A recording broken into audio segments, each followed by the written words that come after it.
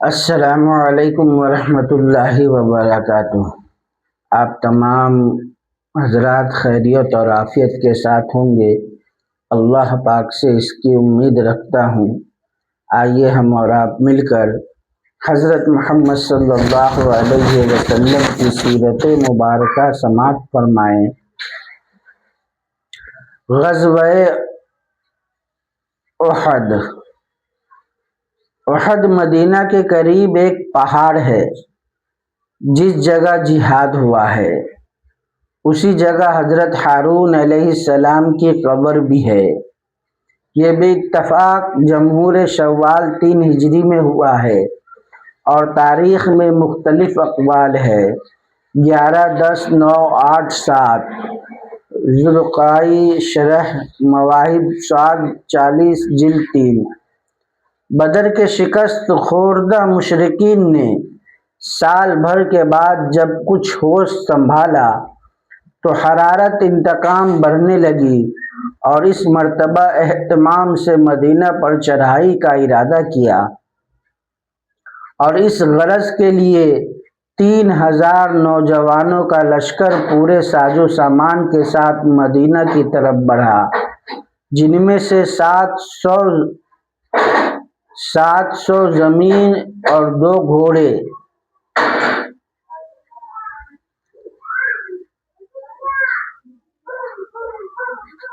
جن میں سے 700 ذہین اور 2 گھوڑے اور 3000 اونٹ تھے، اور 14 عورتیں بھی اس غرض کے لیے ساتھ تھی کہ مردوں کو غیرت دلائیں، اور اگر بھاگے تو لعنت ملامت سے شرما دے۔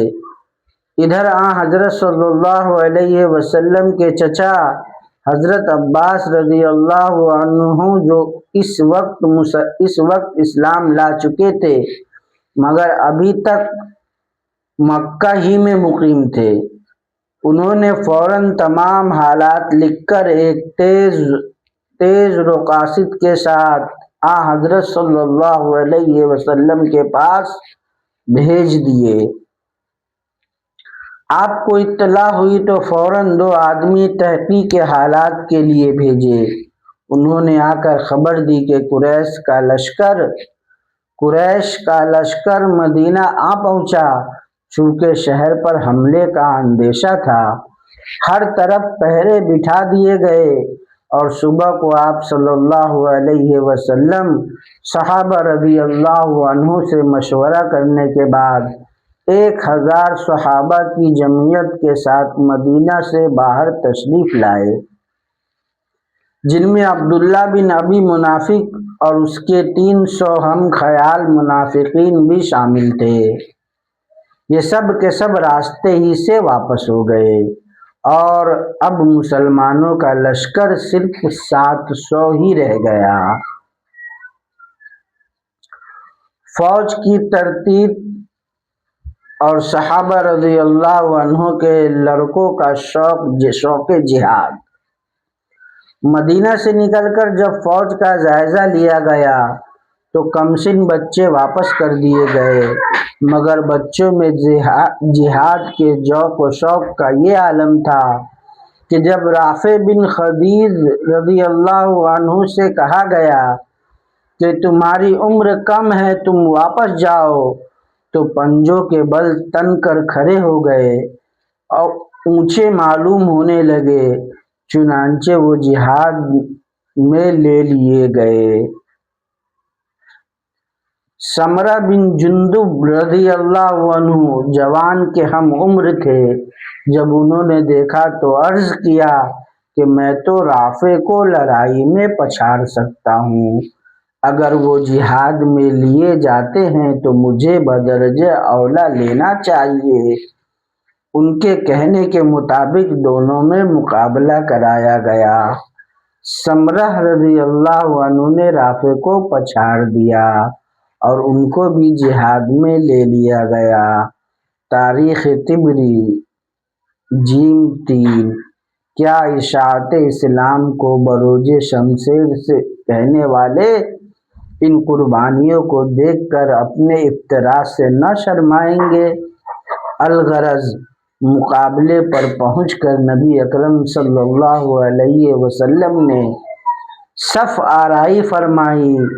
احد پہاڑ پشت کی طرف تھا، اس لیے اس کی طرف سے غنیم کے آنے کا احتمال تھا۔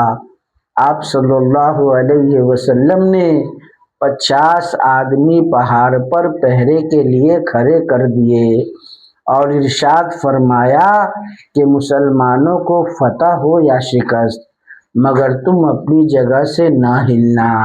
لڑائی شروع ہوئی اور دیر تک گھمسان کی لڑائی کے بعد جب فوجیں ہٹی تو مسلمانوں کا پلہ بھاری تھا۔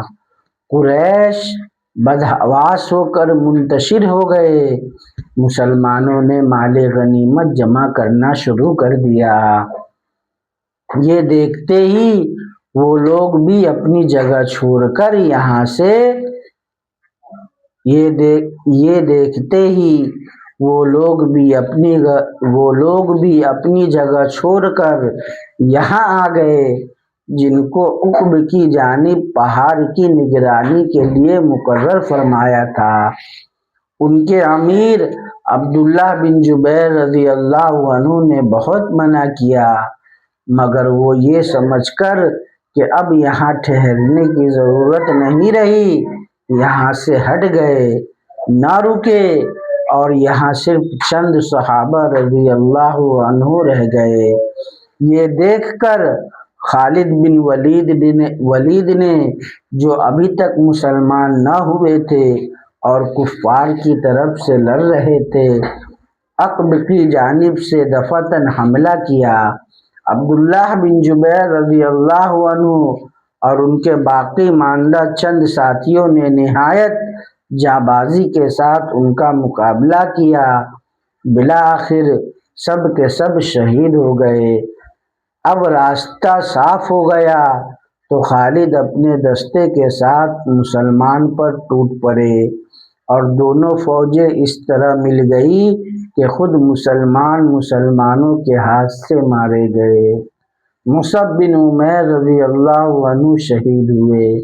یہ چونکہ حضرت صلی اللہ علیہ وسلم کے مشابہ تھے، ان کی شہادت سے یہ مشہور ہو گیا کہ حضرت صلی اللہ علیہ وسلم شہید ہو گئے۔ روایات میں ہے کہ اسی شیطان یا مشرک نے زور سے یہ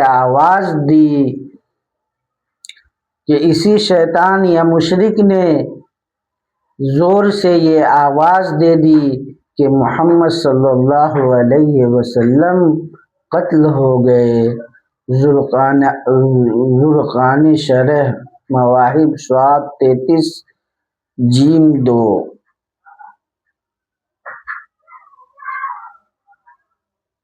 اس خبر کا مشہور ہونا تھا کہ مسلمانوں کی